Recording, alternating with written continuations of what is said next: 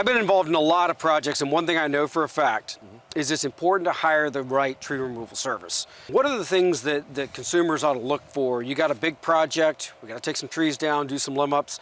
What are the things that consumers need to look for when they're shopping for the right tree service? You definitely want a certified arborist to come out. In terms of insurance, you want to make sure they have the proper insurance. Those are some of the things that you want to look for right off the bat. And then as you dive deeper into the company that you're looking to hire, you kind of want to do your homework and make sure that they use proper PPE, proper techniques, not only to protect the property, but the workers on site.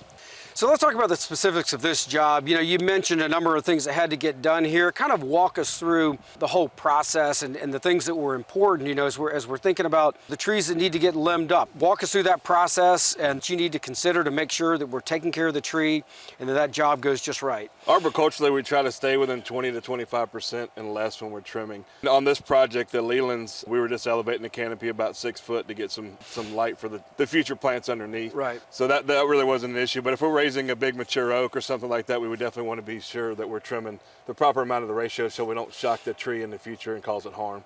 So one of the finishing touches in tree removal that I think is so important is don't try to save money by leaving that stump there. I think it's very important that you get in there and grind the stump. It's just hard for the next generation of plants to really get established if you've got that big heavy stump in place. With the stump grinding on this project, we came in because there was going to be turf there. So of course you can't have the stump existing.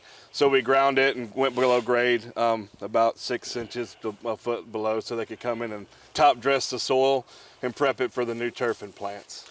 Right, and especially if we're talking about pines, you know, those stumps will take 2 to 3 years to naturally rot.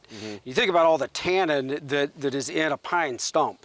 You know, so it's going to be very, very difficult for the next plants to establish, and stump grinding gives you a huge leg up. And of course, like you said, especially going in with turf, you've just got to take it out. So don't skip that step.